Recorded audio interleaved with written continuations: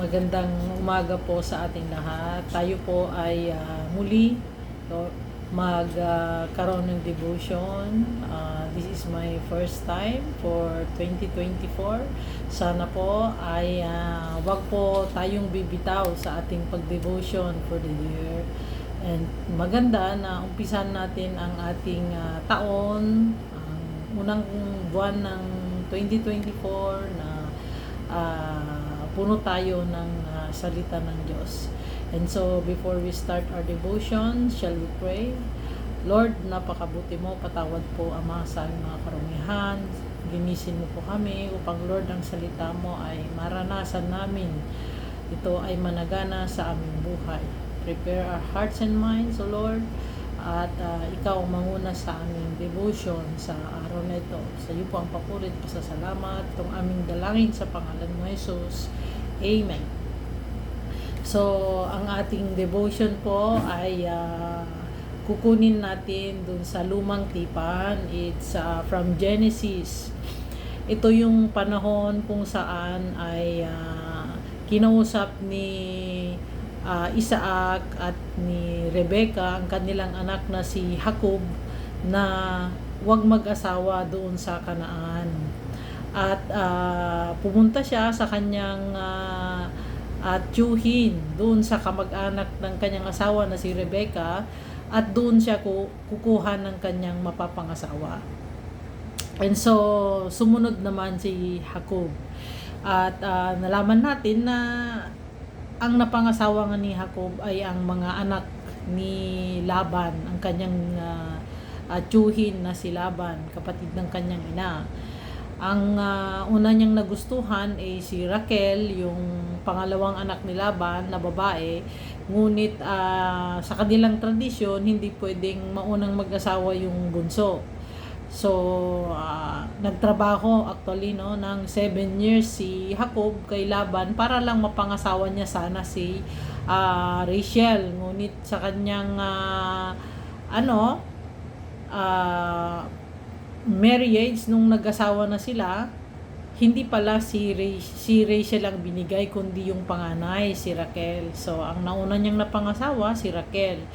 At in short, naglingkod ulit si Jacob ng another 7 years para mapangasawa naman niya si Rachel. Okay? So, dumating ngayon yung panahon na gusto nang bumalik ni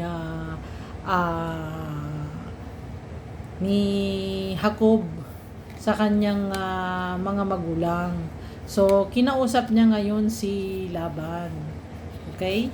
So, syempre, dadalhin niya yung kanyang mga anak at yung mga alaga niyang hayop. So, tinanong naman siya ni Laban kung ano ang gusto niyang kabayaran. Ngunit sumagot si Jacob na hindi na niya kailangan, okay, na bayaran siya. So, sabi na lang niya na hayaan niyang patuloy siyang paglingkuran sa pamamagitan ng pag-aalaga sa kanyang kawan, at ihihiwalay niya yung mga tupa na itim at saka mga kambing na batik-batik, at yun yung magiging share niya. So, ang usapan nila, kapag nanganak yung kambing ng ganon, ay share yun ni Jacob. So, hindi pwedeng mandaya kasi may kulay. Okay? Kung puti yung tupa, definitely para yun kay Laban. Pero kung ito ay itim, ito ay share ni Jacob. At kung yung kambing naman ay puti or black o brown, kay Laban yun. Pero kung ito ay batik, okay, yung itim, may halong itim yung kulay nila, ito ay share ni Jacob. So, okay. Malamang yun ang sabi ni Laban.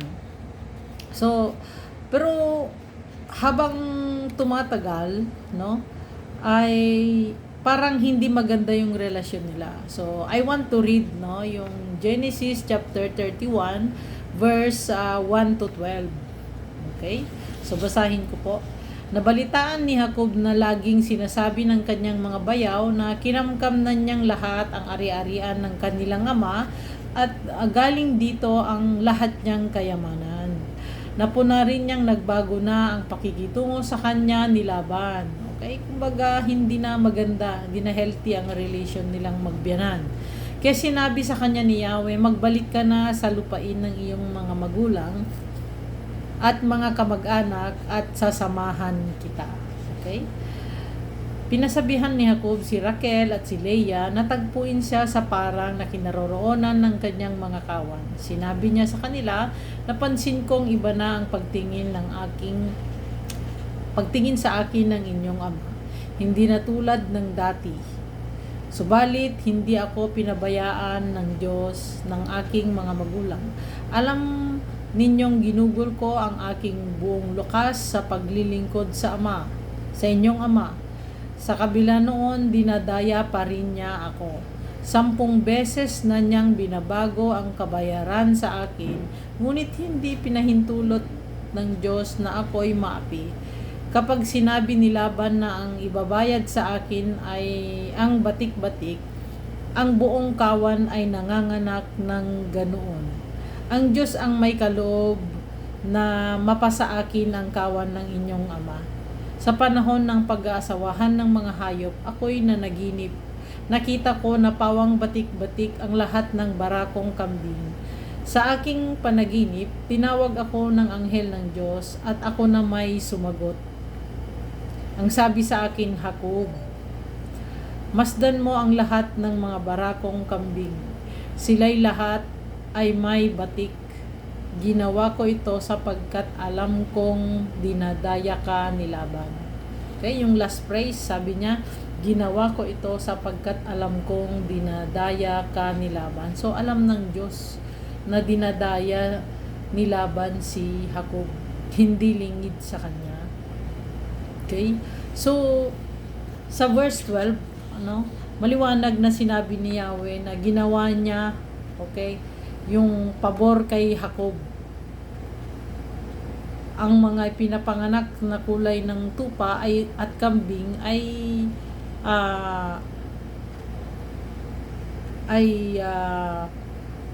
pabor kay Jacob. Okay?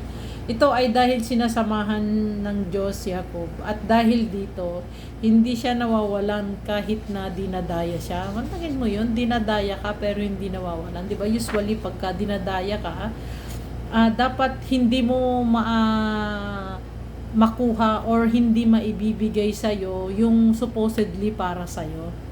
Pero dito sa case ni Jacob, dinadaya siya pero hindi siya nawawalan. Okay? Ang ganda nun, Parang maganda yun yung title natin. Dinadaya pero hindi nawawalan. Okay? Ang ganda ng title natin. Okay? Ang provision ng Diyos ay para sa mga inaapi o sinasamantala. Magtagumpay man silang makapandaya o makapangapi sa atin, ay hindi tayo magkukulang. Dahil ang Diyos ang magpo-provide sa atin. Amen? Napakaganda. Okay? Ito din ay babala. Okay? It's a warning. Okay? Sa mga nandaraya or sa mga may planong mandaya, na kailanman ay hindi uunlad ang buhay nila. Okay? It will not take long kung nag-e-enjoy sila. Okay? The Lord will deal with them. Nobody can stop God if He decided to deal with them.